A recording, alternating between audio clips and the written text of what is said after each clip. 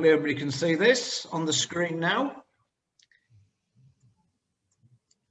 It's quite difficult for me to target this at any one particular group, person or company. So what I've tried to do is I've tried to give a basic coverage of all the aspects which I feel is important. If there's certain companies or people that would like more information, please contact me at any time.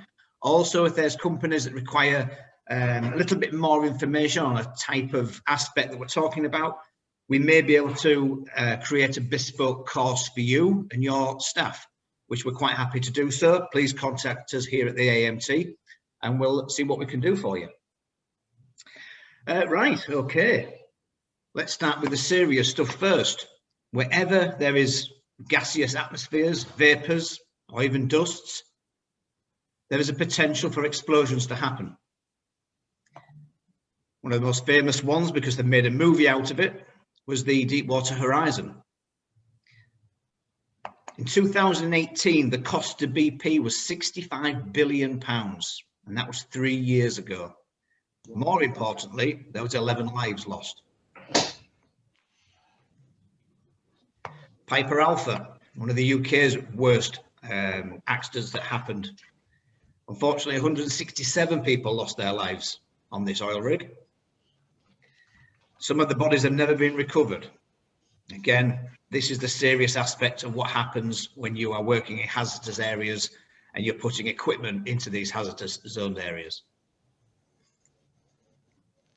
Bunsfield, 2005. I'd say luckily there was no deaths, but the 43 people that injured wouldn't class themselves as lucky either. The explosion was that big, it measured 2.4 on the Richter scale. A huge, huge explosion, all down to petrol fumes. And it's not just gases and vapors that can cause explosions. Dusts can be just as explosive. Here's a corn silo before the explosion.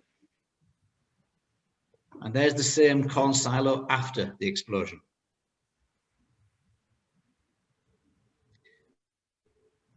I'm going to take you back to school now.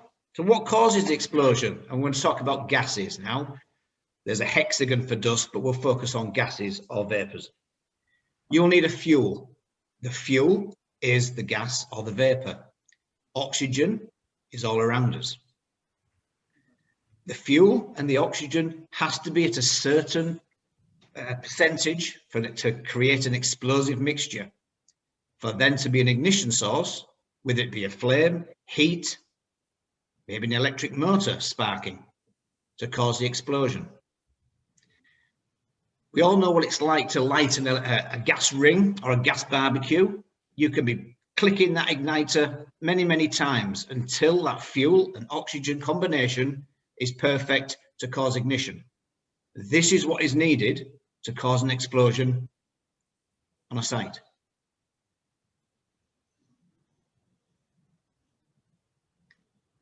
So how do we counteract that with protection methods for electrical equipment? There is many, many different types of EX concepts, but with us being the AEMT, I'm going to talk about rotating machinery and the types of protection for those. So we have an EXD. The method of protection for that is it contains the explosion. EXE, it is increased safety non-sparking. EXN is a non-sparking concept, as is EXT, where the ingress protection and that and the temperature are critical. And then we have EXP, which is protection method is pressurization. We're going to go through each of these concepts in a little bit more detail so we can understand what they are, what they do, and what the methods of protection are. So as we can see here in the red, in the hexagon, we have zone 0 for gas, zone 20 for dust. That means there's a permanent presence of gas or dust in that environment. No power equipment will go in a zone 0 or a zone 20 environment. You will have intrinsically safe equipment, and you do not get a rotating machine which is intrinsically safe. The next step outside there is an incidental presence of gas or dust, which is classed as zone 1 for gas, zone 21 for dust. It has an equipment category of 2. And we now have EPLs, equipment protection levels, and they are GB for gas and DB for dust. We then have a step away from that even further, which is an accidental presence. This is zone 2 for gas, zone 22 for dust. It has an equipment category of 3 and an equipment protection level of GC for gas or DC for dust. It's amazing how many people get confused when they see DC for dust. Notice this is uppercase. Whenever you see an uppercase D or an uppercase G, it is relating to gas or dust. Temperature is critical for EX equipment. Temperature rises can potentially cause ignition. So they're put into categories. This is for gas again. You will find that dust equipment has the temperature written on the nameplate, not a T class. So we have T1 to T6. The reason we have the arrows there on the screen is for when we are teaching people in the classroom to understand that the temperature of the equipment is completely different to the temperature of the environment.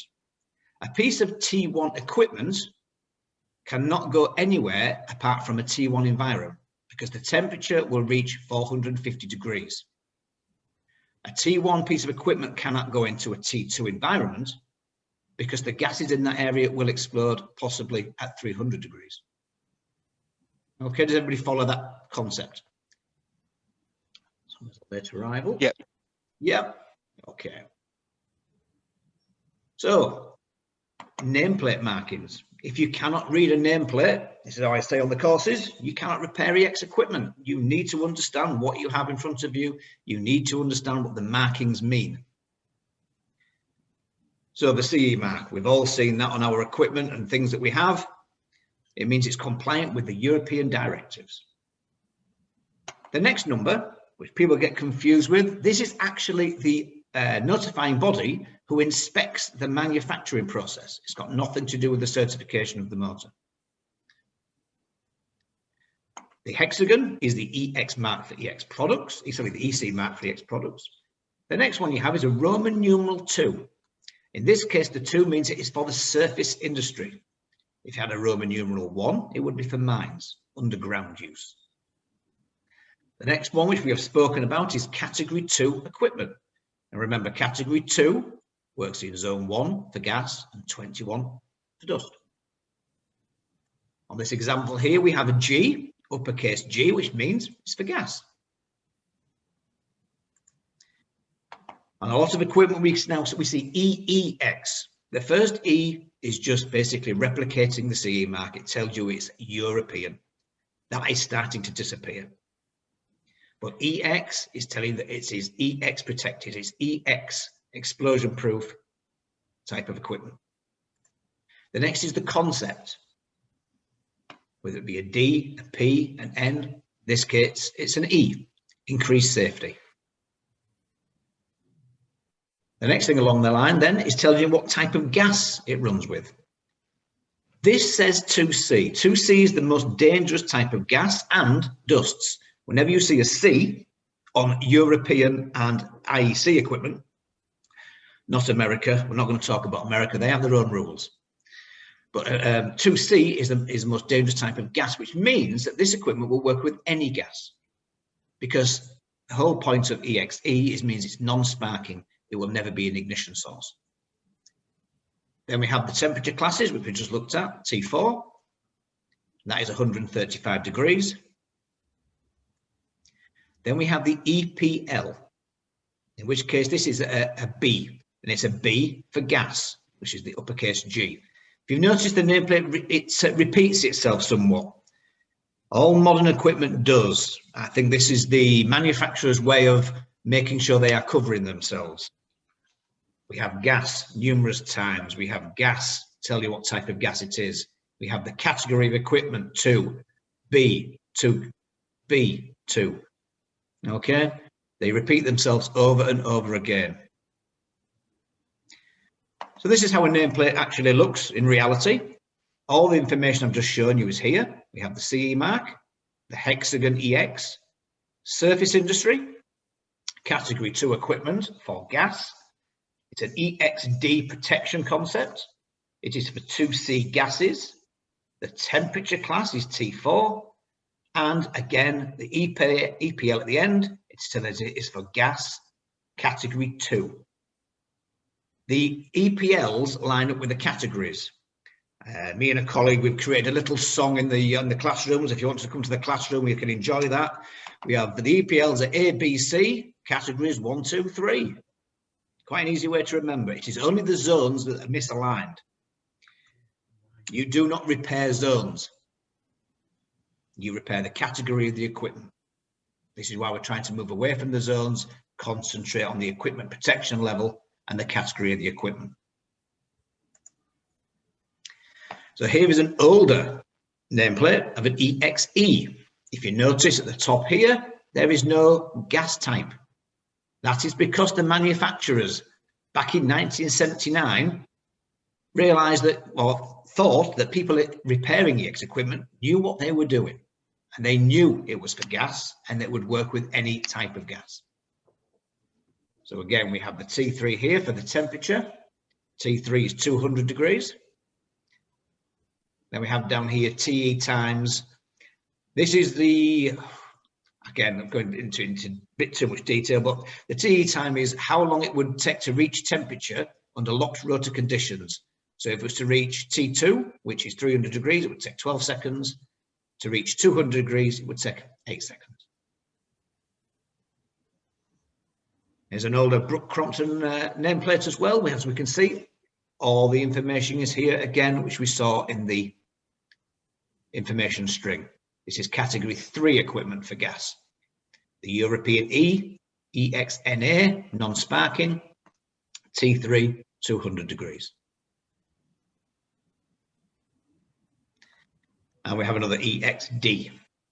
Again, information string across the bottom, T5, which is 100 degrees. Type of gas, B. Surface industry B type gases. And it's for gas. It's category 2 equipment. You notice there's no EPL because this was certified in 2001. You come on the courses, we will explain to you this piece of information at the bottom here will actually tell you the standards you require to make sure that this equipment still complies. Many people get confused and think that you recertify equipment when you're repairing it. You do not. What you are doing, the repairers are doing, they are making sure that the equipment still maintains, complies with the standard to which it was manufactured to at the time. That is all repairers do. If you want something recertifying, you need to go to a notifying body. Do we have any questions so far before we start going into the concepts of EXD? Nicola?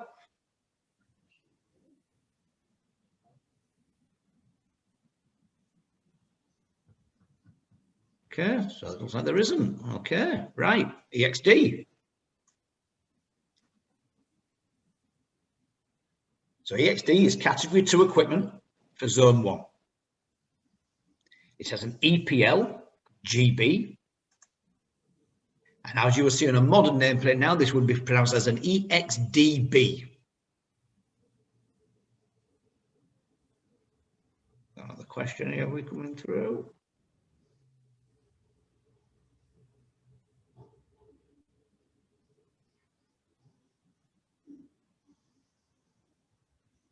Right, well, that's a very, very long question, and we'll look at that later on. Okay, so what does an EXD do? We mentioned earlier, it contains the explosion. The escaping gases are cooled through flame paths. Now, flame paths you will only find on an EXD piece of equipment. The type of gas is important because depending on the gas, it depends how it would explode, how violent that explosion would be, how much energy that explosion would have. And exactly the same as the volume of the chambers. So we call the volume, the chambers of an electric motor is the inside of the motor. They may be 1, 2, or 3 chambers inside that motor, which could be ignited if the gas was at the correct percentages and there was an arc or spark inside that equipment. Depending on the size of the volume, depending on the amount of gas in that chamber, would determine how tight the flame paths would need to be and how big the gaps would need to be. That is all determined on the volume. Again, we'll show you how to calculate that, how to look at that, how to find the correct tables if you came on one of the AMT module courses. So I mentioned flame paths. How do flame paths actually work? Well, if you look at this one here, this is an experiment. And if you can see in the center of the screen there, that's a little shim. And they have filled that box with gas. It's late.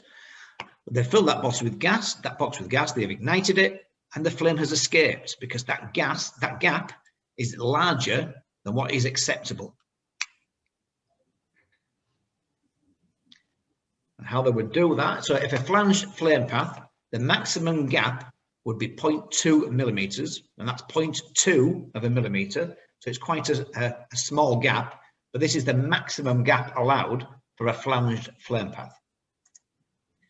So there's an illustration of a flanged flame path, and there's no gap at all, so there will be no transmission of flame. So there's no risk of an explosion inside the enclosure, getting out, fully energized to ignite the outside atmosphere. If the gap was only 0.12, it is still within the maximum gap. There would still be no transmission of flame. It will be cooled and will be losing its energy before it ignites the outside atmosphere. At 0.18, there would still be no transmission of flame. The gap would still be radius enough for the flame to lose its energy before it got outside. If that gap was above the maximum permissible gap, and it came out at 0.25, that could be possible transmission of flame. This is why any repair facility will record and measure and inspect all the flame paths on EXD equipment to make sure that there is no possibility of this ever happening. Obviously, on an electric motor, you have rotating parts. That is what electric motors are all about. You didn't have a shaft on it, you just have a box full of electricity, wouldn't you? Obviously, because the shaft has to rotate, there needs to be a larger gap. The flame path on this illustration is there, just before the bearing. The bearing housing, the bearing casing is never a flame path. It will always be either before the bearing or after the bearing. The reason why the rotating joint can be larger, because as the shaft rotates, the hot gases are spiraled out down the shaft, and again, it takes longer for them to get out, and they are cooled and their energy is lost. So basically, in EXD, it has standard equipment and parts internally, because it is the motor body and the enclosure, which is the protection concept. Strong, cast flame paths, making sure that nothing can escape which can ignite the outside atmosphere. You also need to make sure which type of gas an EXD motor is going into.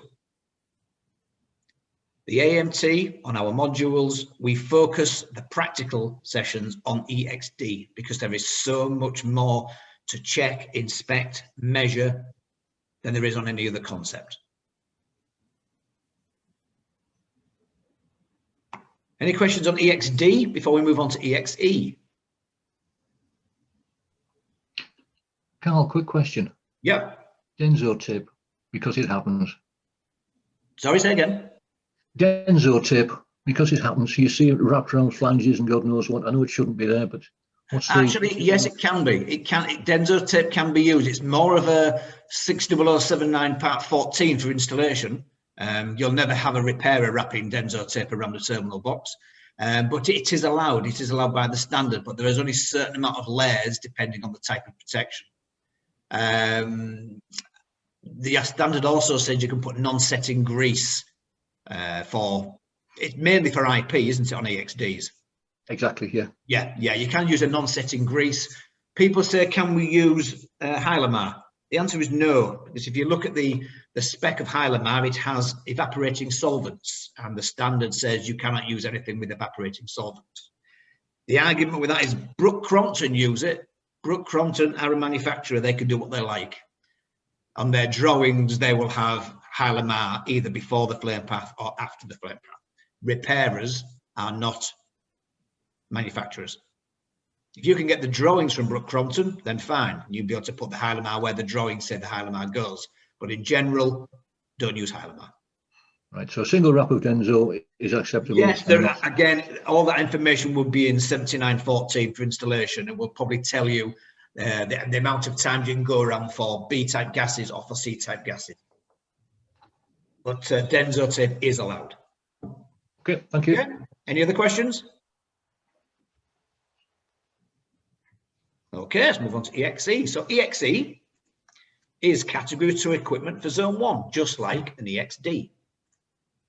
It has an EBL of GB because it's category 2 equipment for gas. So we have GB. Remember, 1, 2, 3, A, B, C. On the nameplate, you would look now and it would say EXEB. So it's telling you it's category 2 equipment. So EXE is increased safety non-sparking. It removes the ignition source. So if it has no ignition source or ignition capabilities, it can work with any gas. Reduces the risk of temperatures, and this is the temperatures anywhere on an EXE, inside and out. Remember, the inside temperature has to be maintained because it's not allowed to cause an explosion inside due to heat, unlike an EXD. An EXD can arc and spark and have a little explosion inside it all the time because it's the outside concept, the build concept, which is the protection level. This is taking the flint out of a lighter, if you like. It will not arc or spark, no matter how much it tries. The rewinding of EXE should be performed with caution and with the manufacturer's help, because the windings of an EXE have been designed specially, never to be stressed, never to be put under load. They have a special insulation system, special varnishes, special winding techniques. If you can get the information from the manufacturer, perfect. If not, just be careful. In the standard, in the repair standard, there is many, many criteria of what you need to achieve if you're going to rewind an EXE. We'll go through these on the courses and basically comes out of why you really shouldn't without the manufacturer's help. Ingress protection is very important. If you think about it, you don't want a conductive dust or moisture getting into a terminal box of an EXE because it is designed never to arc or spark. Creepage and clearance. Creepage is the tracking from one terminal to another across the floor, across the base of it. Clearance is the tracking in air. So again, if you had a conductive dust inside there, the clearance could be reduced. The rotor to stator air gap, which we'll talk about in a moment, it needs to be done. It needs to be looked at and checked and inspected. Any rotating parts from stationary parts need to be checked and measured and inspected. The whole concept of EXE is non-sparking, increased safety. Anything that causes heat, anything that causes friction, anything that is terminals are too close together that could cause an arc or a spark needs to be the correct creepage and clearance, the correct gaps from rotating and stationary parts. All of this information will be found in the standard to which this piece of equipment was manufactured to at the time. Okay? You then get combination concepts. You can have an EXD motor body with an EXE terminal box. These have been created for maintenance people so that they can take off a terminal box, check the resistances and insulation resistance to earth quite happily without having to worry about flame paths and so on and so forth. It is then called an EXDE. With the introduction of EPLs, we have a very nice little string now, and it's called an EXDBEBGB. Quite a mouthful, Basically, don't get too worried about it. It's just an EXDE. It's just telling you that the EXD is category 2 equipment for zone 1. It is telling you the E concept is also category 2 equipment for zone 1. And it is telling you that both of those, the whole machine, is for gas and for category 2 zone 1. Again, repeating themselves over and over again. So somebody doesn't come along and go, oh, EXD, I can put that in a dust environment. So let's have a look at EXNs. This is category 3 equipment for zone 2. This is an EPL of GC. Again, category 3, 1, 2, 3, A, B, C. 3 lines up with C. You can see at the bottom there it says EXEC. EXNs are now moving into the EXE category because they are very, very similar. They are non-sparking pieces of equipment. So they are now being moved into the EXEC category. I can see lots of questions and problems in later, well, in the coming months and years, people saying, no, we can't rewind this, it's an EXE. If it's an EXEC, you can. If it's an EXEB, you cannot. Or you shouldn't, without the manufacturer's help.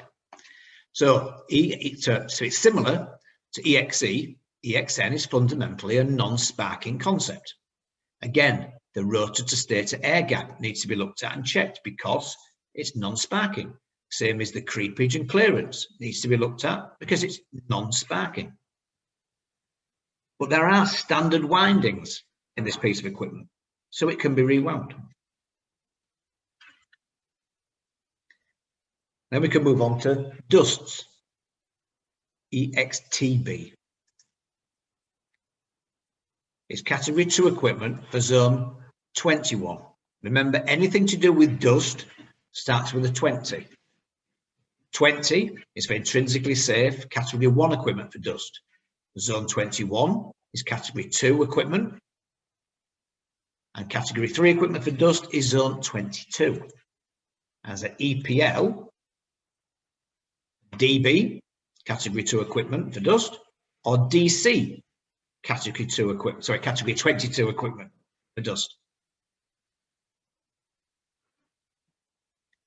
So again, EXT is very similar to EXE and EXN. It's fundamentally a non-sparking piece of equipment. You have a conductive dust in there. It could arc or spark. If it arcs or sparks, it could then cause a little explosion. It then would disperse the dust. If the motor was hot, that dust cloud could then be ignited. This is how dust explosions happen. They can be quite dangerous, dust explosions, because one explosion then leads to another, classed as dispersion. If you drop something on a dusty environment, you see a cloud of dust coming up. Yes? So a little explosion will cause dust to rise into the air. That is then ignited, that will explode, and then another area of dust will rise and will also get ignited. The rotor air gap again needs to be sorted out and needs to be checked and looked at. And again, creepage and clearance, because again, fundamentally, it's a non-sparking piece of equipment.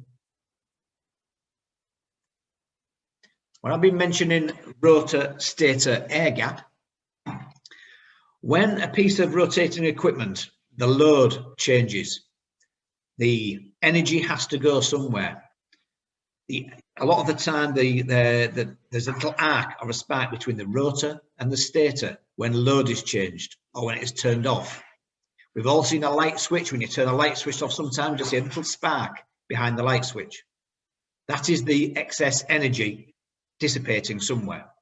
But remember, an EXE, an EXN, an EXT are non-sparking pieces of equipment.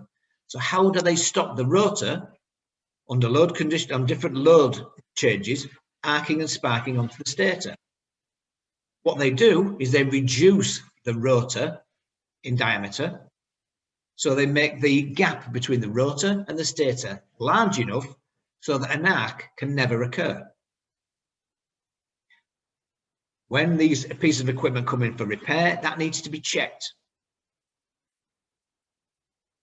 Because if it goes back and the rotor has been changed at some point because you don't see this piece of equipment every day for 5 years, if the rotor has been changed at any point for God knows what reason, and somebody's put a larger rotor in there, it fits, but it no longer has the gap that doesn't create a spark anymore. You are signing the equipment off and sending it out into the world saying it complies to the standard it was manufactured to. Make sure the paperwork meets the requirements of the standard it was built to. EXP. This is category 2 equipment for zone 1. EXPX is category 2 equipment for zone 1. It can be used with gas or dust. EXPY is category 2 equipment for zone 1. EXPX, again, same, it's been repeated. And EXPZ is category 3 equipment for zone 2. So what's EXP? EXP is an enclosure, and inside that enclosure you have equipment, but you also have inside that enclosure an inert gas or clean air set at a pressure greater than the outside atmosphere. Imagine a balloon full of air. When you press it, your finger bounces back. This is exactly what the dangerous gases or dust would do. They would be kept out of that enclosure so they can never get in there to cause an explosion. So like I've said, it's a standard equipment inside the enclosure. Gases or dust cannot get in, and it can be used in gas environments and dust environments. So lots and lots of questions are asked to me on these courses and on emails and so on and so forth. And people say, oh, I need certifying so I can work on EX equipment. The AMT do not certify you for working on EX equipment. We train you to work on EX equipment, and we give you training which is recommended by IECEX. We assess you on your training, and we give you a certificate to say that we have assessed you on your training and we are happy with how you have performed on that training. The biggest responsibility lies with the user, the owner of the equipment. Who's responsible for repairing your car, ladies and gentlemen? It's yourself. And you need to make sure that it goes to a good place to get repaired. And it's nice for you to receive some paperwork saying what work they have done and they have carried out. And you keep that piece of equipment as a service history so that when you're selling it on, the next person sees how well it's been looked after. This is the best way I can explain how we should be looking after EX equipment. I am now quoting from the International Repair Standard. This isn't my idea, this isn't what I think, this is what's actually written in the standard. The user is explained as an organisation or person which is the owner or operator of the equipment, and that is primarily responsible for repairing it. The user is not the equipment manufacturer or the repairer.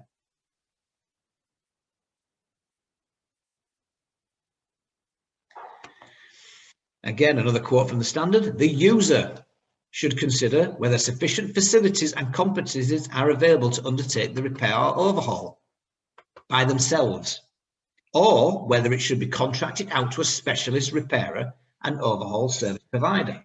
But if they do that, the user has to ascertain that the service facility concerned can demonstrate compliance with the relevant stipulations of this document, which is the International Repair Standard for EX equipment. The user has that responsibility. If the user isn't asking for that information, then the repair facility doesn't have to give it to them. If an incident happens, it is the user's problem. The user has to explain why they have fitted a piece of hazardous area equipment into a hazardous zone, not knowing the full specifications of that job, not knowing that the measurements were taken, not knowing what standard it was repaired to, not knowing that the repairer was competent or been on any training courses. This is all the user's responsibility. This is what people don't understand. Again, The equipment user should be aware of any relevant legislation in respect to periodic inspection and verification that electrical equipment installed in exposed atmosphere is fit for purpose. So making sure it is fit for purpose. That's the user's responsibility. How do you know it's fit for purpose if you haven't got the correct paperwork back? In addition, the user should be aware that sufficient information has to be provided to the third-party service facility, the repairer, and that information to installers to meet health and safety obligations. The user has a lot of responsibility. The ideal scenario is that the user and the repairer work together. The service facility shall conduct an assessment of the equipment. Give all that information to the user, and the user should then agree that that work can be completed. All of those conversations, as we say on the course, should be done in writing, on emails. So in 5 years' time, when there's a problem, let's hope there never is, but if there was a problem, an incident, you can't turn around and say, oh yeah, I spoke to him, he said on the phone I could do that. No, you have paperwork. Paperwork is king. Always make sure all your paperwork is in order. You have agreements in writing between the user and the repairer. This protects the user as well as the repairer. Again, from the standard, the service facility shall seek to obtain all necessary information and data from the user. This shall include reference to relevant type of protection standard, scheduled drawings, and information related to previous repairs, overhauls, or modifications. The repairer should be sending all this information to the user. If the user doesn't ask for it, the repairer won't send it. The user should be asking for this information so that they have that information to put in what's called a verification dossier to make sure that that equipment that they are putting into a hazardous zone is safe to do so.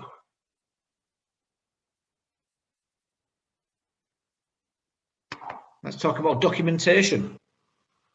What should be transferred between the user and the repairer and vice versa. The service facility should keep all documentation for 10 years. Again, this is a requirement of the repair standard. If there was an incident to occur and you repaired that equipment 7 years ago, you would be expected to be able to pull out the paperwork and show what had happened. And this is for the user as well as the repairer.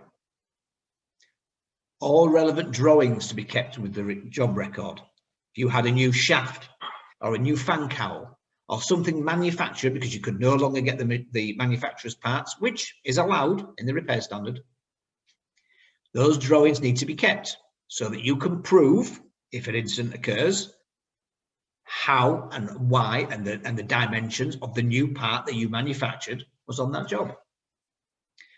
All measurements and readings, electrical and mechanical, should be in the paperwork. And all the agreements between the user and the repairer should also be in that record for that particular job. Now, this is the documentation that should be sent to the user according to the international standard. Details of all the faults detected. Full details of the repair and overhaul. List of reclaimed or replaced parts. And the results of all checks, tests in sufficient detail to be useful if required by the next repairer. A comparison of the results against the criteria that have been used to determine compliance. So as we saw in an earlier slide, the maximum permissible gap from that terminal box lid was 0.2. So you should be sending information to the user, or the user should be requesting the information of, okay, the measurements, what would you measure them against? You've said that the terminal box lid was 0.15. What's the maximum? Then the user can then ascertain whether or not it should be machined or it's acceptable. Because remember, the user is putting this equipment into a hazardous zone. If the measurement is 0.195, it's very close to the maximum. Yeah, again, the agreement between the user and the repairer needs to be in writing, then everybody's covered. a copy of the user contract or order, again, should be sent, and then a recapitulation of markings applied in accordance with Annex A. Annex A is the marking which repairers put onto a repaired piece of equipment. If you're repairing to scheduled drawings, you should have a repair label with a square on it. If you are just repairing to the standard to which it was manufactured to, you put an inverted triangle on it. Okay. Any questions so far? I seem to have been rabbited on like I do, unfortunately. That's my problem. There's a question coming from Jeff Cook, if you want to have a look. Jeff Cook. Is this the famous Jeff Cook for who I've known in the past? Yes, yes, you can't get rid of me. Sorry, Carl. How are you, Jeff? Are you okay? Yes, very well, thank you. Yes, Good. Nice to speak to you. I was going to contact you, but we'll do that at another time. Yeah, what's your question, Jeff? It was just going back to your point of 3.28 for the user. So it's a sort of an assumption on my part, my understanding, but am I right in saying that for that the user should carry a competency of Compex EX14?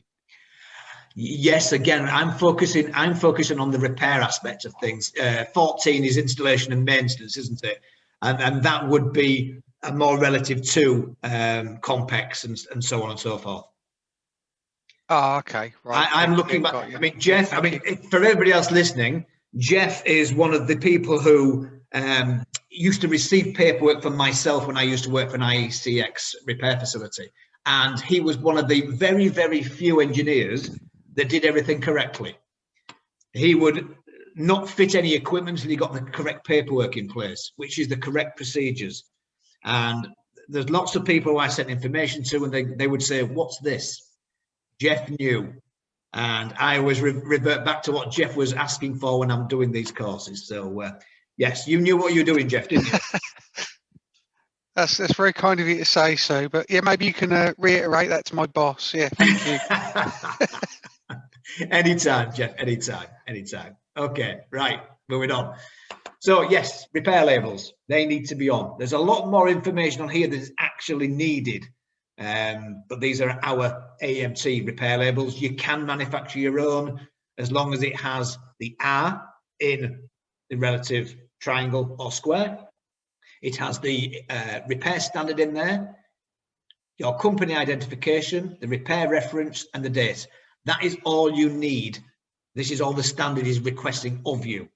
You can put standard numbers there, which you've repaired it to if you want to, but this is just extra information that the AMT have added to their repair labels. Again, if you're repairing EX equipment, you should have a copy of BSEN IEC 6079 Part 19, 2019, not 2015, not 2011. Those are the old, outdated repair standard. The latest repair standard is 2019. If you are repairing without the scheduled drawings, your paperwork should contain this information. Okay, it is telling you that you are repairing it without the drawings, that you have got, you're repairing it to the standard it was manufactured to, that you do not have full compliance with the certificate or the drawings. Okay, and that all the special conditions of use have been reviewed. Special conditions of use are explained, or you know that the special conditions of use, when you look at the certificate number, it will have an X at the end. Those special conditions need to be looked at and to see if they are relevant to any of the EX protection, for example, flame paths.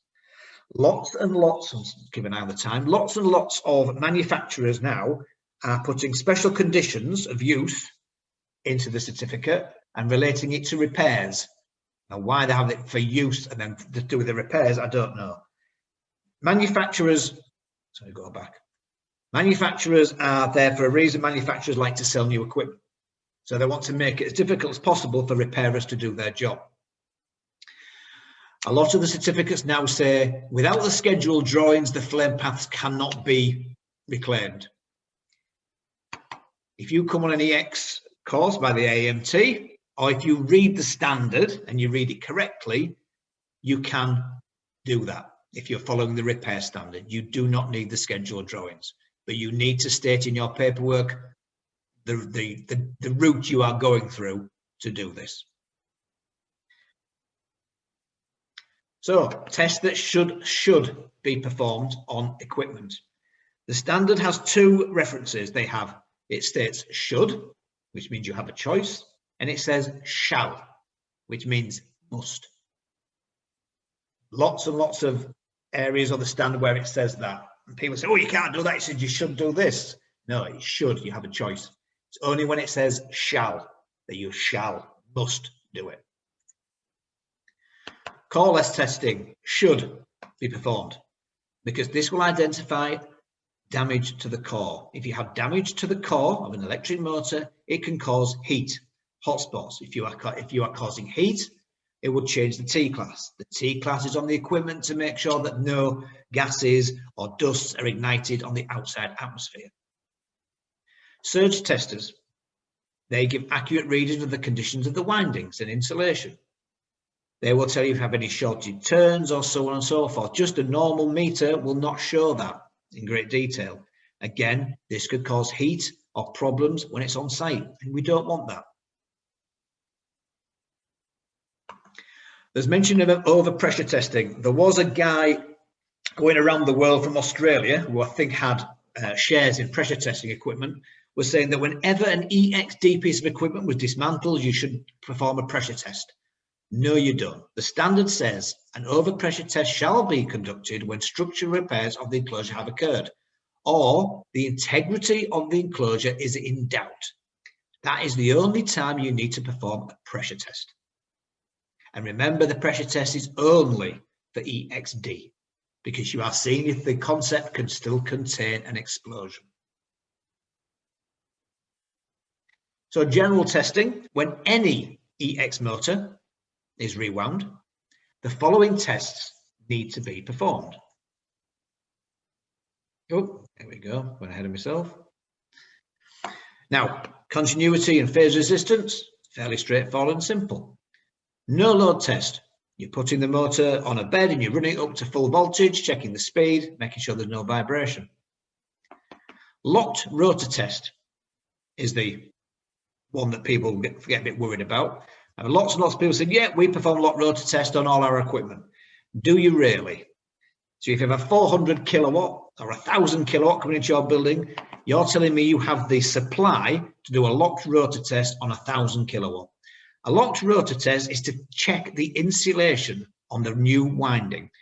So you supply a voltage to the piece of equipment with the rotor locked until that piece of equipment has reached full load current. You can imagine what a 500 kilowatt, 1,000 kilowatt full load current would be. So if you can't perform a locked rotor test, put it in your paperwork. These are only tests that should be done. Should, not must. They should be done. But you need to put in your paperwork the tests that have been done and the tests that have not been done. Because the user could look at this, look at the standard and quite happily assume that all of those tests have been carried out before they put it back on their bed, on their system, on their plant to start doing the job. Okay. Again, insulation test and a voltage withstand test. So the AEMT EX register and IEC EX certified facilities. What are they? The AEMT EX register is what it says. The AEMT has quite a lot of companies who are registered that meet our criteria, which is on the next slide. If you want to become an AEMT EX register or get on the AEMT EX register, the AEMT will audit your facility and we will assist you where required to meet the requirements. But you must meet the AEMT requirements. A lot of people see it as a stepping stone towards IECX certification. We follow their instructions. We follow what they are requiring, not in maybe as much detail as they are. Again, we could talk about that for hours, but we do follow the same steps and criteria of what they require. Our AEMT training is actually recognised by the IECEX. We are an official recognised training provider. So the training we give is the same sort of thing that I would, if I'm auditing one of your facilities, I would follow the IECEX criteria.